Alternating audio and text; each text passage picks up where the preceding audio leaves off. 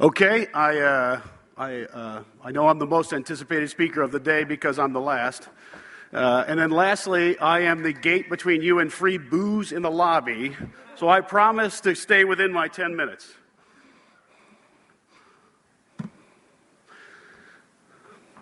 Okay, so I'm going to talk about our ecosystem. I'm a guy that likes to walk around the stage. I'm going to have to try and stay contained since my mic is right here. But I want to talk about our ecosystem that we have today. Everything I talk about today is real, it's here, it's not theory, it's ready to go. So just briefly who we are. I won't read through all the slides, but we're a company based out of Tampa, Florida, right up the state here. We also have our engineering offices in Brisbane, Australia. Long story, you can talk to us outside about that. But you can see our background. We're a bunch of guys from IBM, AT&T. You can read the rest of the names, but just wanted to give you a little background. Now, one of the things that we pride ourselves on is our own Linux distribution. It's called Micro C Linux. It's been around for a significant amount of time. These are all the products that we have today that are shipping that are not white labeled or OEM. So if you look, we've got a dial to IP. So it was a device created for customers who have legacy dial-up, and they needed to convert those legacy dial-up IP solutions to IP. And not dial. So we have that. We've got some out-of-band managers, cellular extender. We can explain that in our booth.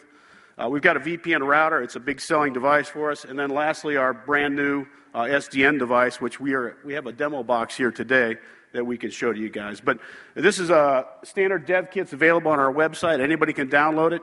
And then you can also see, that's where we publish our branch if you want to see the Linux. And just to give you an idea, depending on what month it is, we are typically in the top 10 in Linux contribution.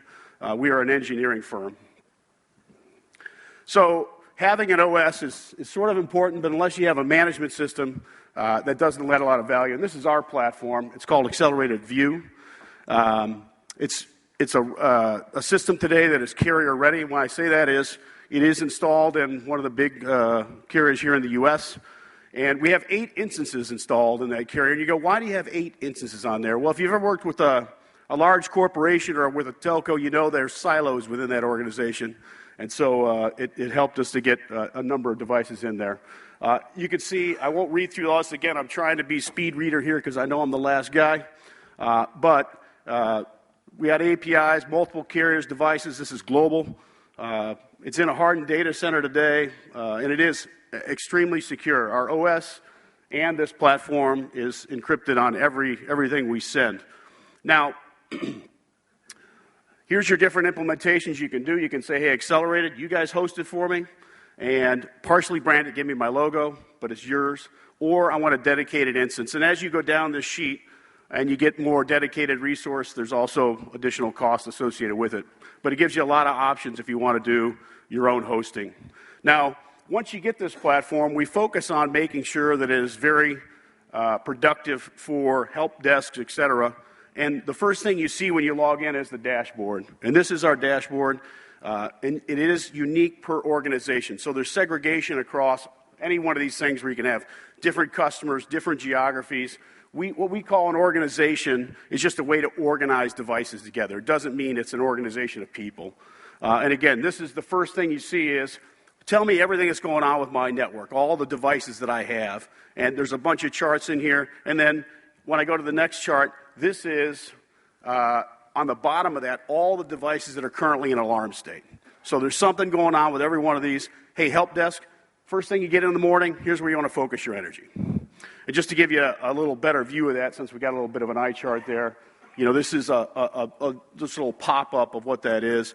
Different devices, what the IP addresses are, and all the information associated with that, and you can drill down on any one of these devices to get more detail. And this is the regular view. If you say, hey, I want to go see my devices, and how do I pick my devices? I'm trying to stay close to the mic, guys. You can see up here, every one of the devices that are being in your organization are listed here. I can click on any one of them, or I can see them all. So I have the ability to go down and see all those. I can go in and look at individual devices, and I can drill in on those even more to say, tell me what's going on with my cellular strength, how much data I'm using. All of that is provided in there. And if you go, hey, I need to see raw logs, you can just click on the events page, and it'll give you all the raw logs associated with it. So as technical as you want to be, or hey, I don't want to dig down into the bowels of it, give me a graph. Both of those are there. So this platform has multiple communication mechanisms, and the one of them that we're most proud of is what's called emergency remote. So in any cellular connection today, there's two forms of communication. There's the IP connectivity, and there's SMS. And we use SMS as out-of-band. So what I mean by that is we take an encrypted packet, we send it out to that device. It has a one-way key on it, so it can't be replayed. It's extremely secure, but we'll let you recover a device in the field. We'll let you reconfigure a device in the field. And again, it's all encrypted using AES. So in this particular picture, what you're seeing is the person is doing SSL encryption into the accelerated view engine. They can use that as a proxy for SSL or SSH, and they can also use it to send these out-of-band commands. And today, those commands are fire and forget, meaning we're sending it out on the SMS network, and we're hoping that device gets that. And once it does, we can reconfigure everything, we can reboot it. So this is what happens to everybody in the world, no matter whose device it is. Suddenly that thing falls off the face of the earth. You have two choices, isn't it? It's in North Dakota. What am I going to do? I'm going to send a truck 1,200 miles, or I'm going to send an SMS message out there and say, hey, please wake up. Let's see what's going on out there. So it's a very good mechanism to help you recover those devices in the field. Okay, here's a list of those commands on the SMS. You can see, you can check status, check signal strength, perform a speed test, try and ping the device that's associated with that device. A bunch of different things, check configuration, reboot. So there's quite a bit of things you can do with this set of commands. Oh, by the way, I'm sorry, this is on IPSec. So if you saw in that picture, these are the commands you can do with that device. If you want, our devices will build, and again, so will our OS, an IPSec tunnel back to the accelerated view engine. So if you're on a 10 dot network or some network you have no connectivity to, we will build an IP address back using IPSec, including IPv4 and IPv6 today. So moving on to the SMS, this is the SMS one. This is where I can change any configuration on the device using SMS. I can reset the configuration, reset the firmware, factory reset. You guys can read as well as I can. The bottom line is I can control that device using this secure encrypted SMS engine. Just to show you some additional features, there is Geo-Fencing. So if you say, hey, I want to know where this device is, I have an address in this engine. If this device wanders outside of a certain range, that address I've set, let me know with an alert right away, because this device has found its own legs. So just showing you some additional slides, just some additional features. This is your notification profiles. You can set it either at a device level, at an organization level, by the user, by the organization, any way you want to slice and dice it. We also have alerts on data plans. So if you're using too much in a day, you can set the beginning of the plan, the end of the plan.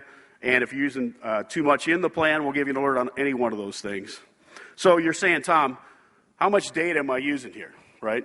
A lot of management stuff going on here. The bottom line is it's all tunable. So if you go, hey, I want to check in every 30 minutes, you got it. If you say, hey, I don't want that, I want to see once a week, I want this device to check in, we'll set the appropriate timers to say, hey, look, if you don't talk to me in 2 weeks, that says you've dropped off the face of the earth. So you get to tune it any way you want. And by the way, part of that SMS capabilities is to turn on that IPSec tunnel dynamically. So you can send a message to that device saying, build the IPSec tunnel when I need it, and turn it off as soon as I'm done. So it's all about saving data. We all know about cellular data plans.